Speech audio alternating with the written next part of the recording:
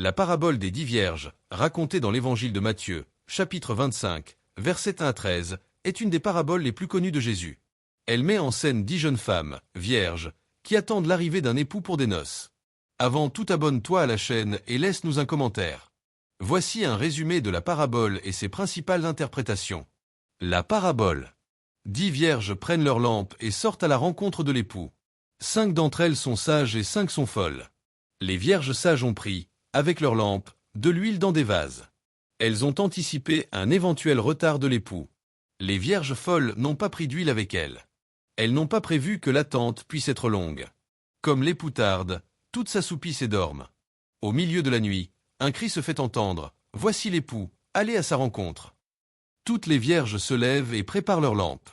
Les vierges folles demandent alors aux sages de leur donner de leur huile, car leurs lampes s'éteignent.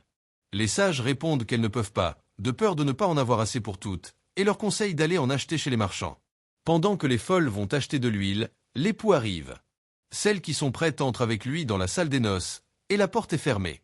Plus tard, les autres vierges arrivent et frappent à la porte en disant « Seigneur, Seigneur, ouvre-nous » Mais il leur répond « En vérité, je vous le dis, je ne vous connais pas. » La moralité de Jésus.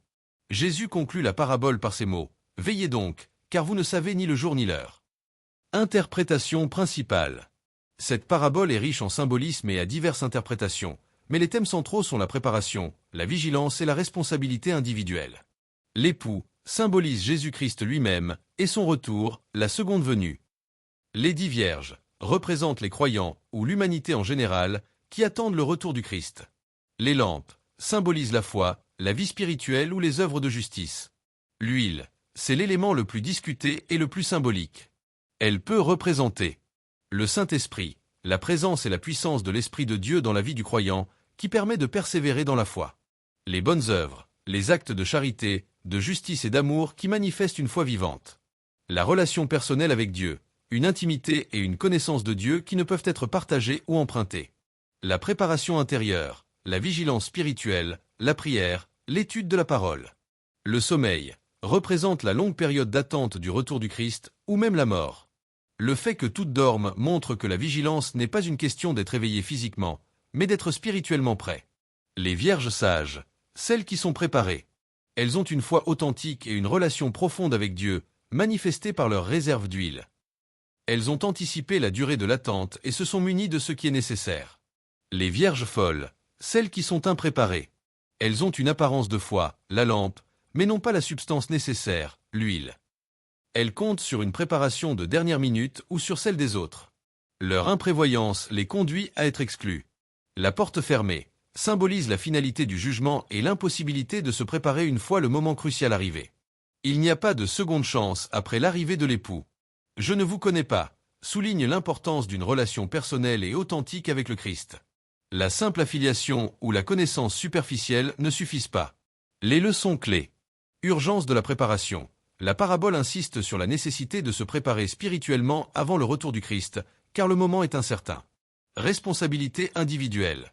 La préparation est une affaire personnelle. On ne peut pas emprunter la foi, les bonnes œuvres ou la relation avec Dieu des autres. Chacun est responsable de sa propre préparation. La nécessité d'une foi vivante. Il ne suffit pas d'avoir une lampe, une profession de foi, il faut aussi l'huile, une foi vivante, active et profonde.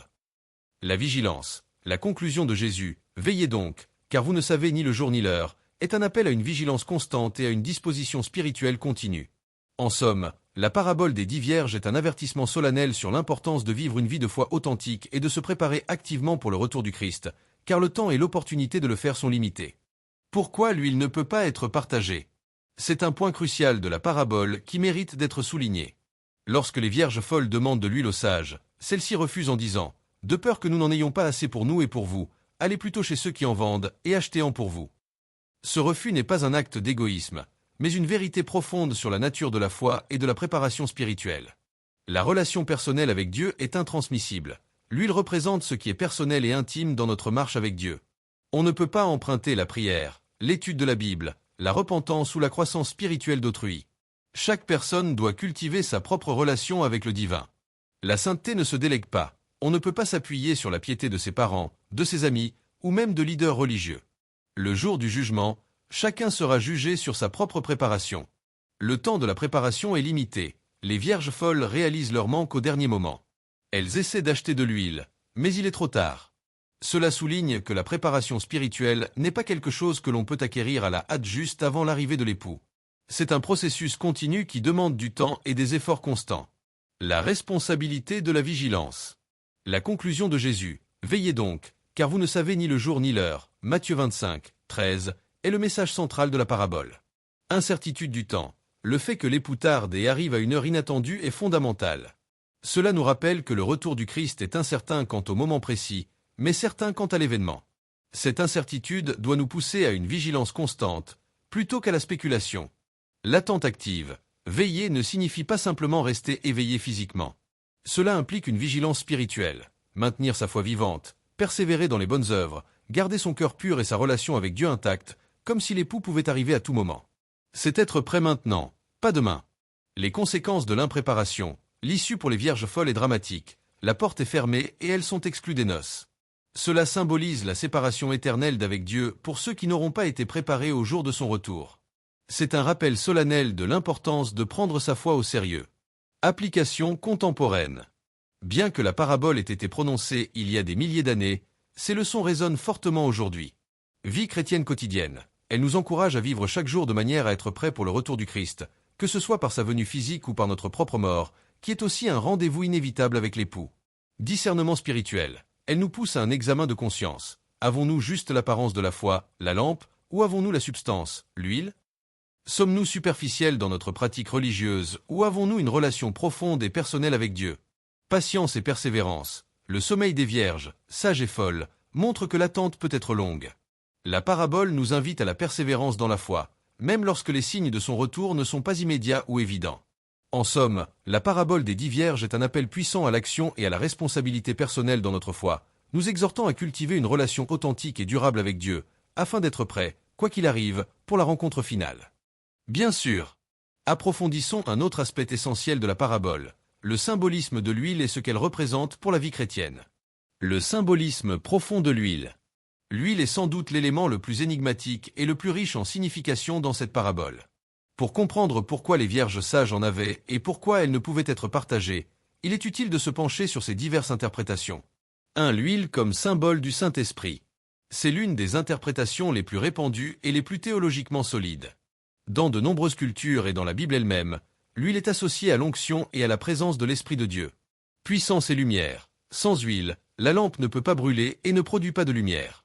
De même, sans le Saint-Esprit, la foi peut sembler stérile et ne pas illuminer la vie d'une personne ni témoigner au monde. Le Saint-Esprit est celui qui donne vie à notre foi, nous éclaire, nous guide et nous donne la force de persévérer. Transformation intérieure. L'huile ne s'achète pas d'un coup de tête juste avant l'arrivée de l'époux. La plénitude du Saint-Esprit est le fruit d'une relation continue avec Dieu, de la prière, de l'obéissance et de la sanctification progressive. C'est une œuvre que Dieu opère en nous au fil du temps. Disponibilité personnelle. Le Saint-Esprit est personnel. On ne peut pas emprunter l'onction ou la sagesse de quelqu'un d'autre. Chaque croyant est appelé à chercher sa propre relation avec le Saint-Esprit, à le laisser agir dans sa vie et à en être rempli. 2. L'huile comme symbole des bonnes œuvres et de l'obéissance. Une autre interprétation met l'accent sur les actions concrètes qui découlent de la foi. Jésus a dit « C'est à leurs fruits que vous les reconnaîtrez » Matthieu 7h16. La foi en action, une foi sans œuvre est morte, dit l'apôtre Jacques, Jacques 2h17. L'huile pourrait représenter ces actes de foi, d'amour, de service, de miséricorde, de justice et d'obéissance aux commandements de Dieu. Ce sont ces œuvres, inspirées par le Saint-Esprit, qui témoignent d'une foi vivante et nourrissent la lampe de notre vie spirituelle. Accumulation progressive. Les bonnes œuvres s'accumulent au fil du temps. Elles ne sont pas un interrupteur que l'on allume au dernier moment. Elles sont le reflet d'un mode de vie, d'un caractère transformé. Les vierges sages avaient une réserve parce qu'elles avaient constamment alimenté leur foi par des actions concrètes.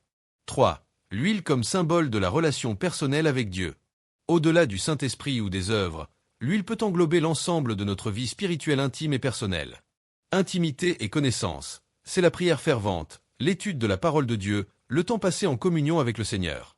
Ce sont des aspects de la vie de foi que personne d'autre ne peut vivre à notre place. Préparation du cœur. L'huile représente la vigilance intérieure, la purification du cœur, la repentance sincère et la persévérance dans la foi, même face aux défis et aux tentations. C'est l'état de notre âme, qui est prêt à rencontrer le Seigneur. Un don précieux, l'huile est ce qui donne de la valeur et de la fonction à la lampe. De même, notre relation personnelle avec Dieu est ce qui donne sang et vitalité à notre existence et nous rend aptes à entrer dans le royaume. Pourquoi est-il impossible de partager l'huile? Ce refus n'est pas de la mesquinerie, mais une vérité spirituelle fondamentale. La grâce est personnelle. Le salut et la grâce de Dieu sont offerts à chacun individuellement. On ne peut pas être sauvé par la foi de quelqu'un d'autre. La préparation est individuelle. La croissance spirituelle, la sanctification et la vigilance sont des responsabilités que chacun doit assumer pour soi-même.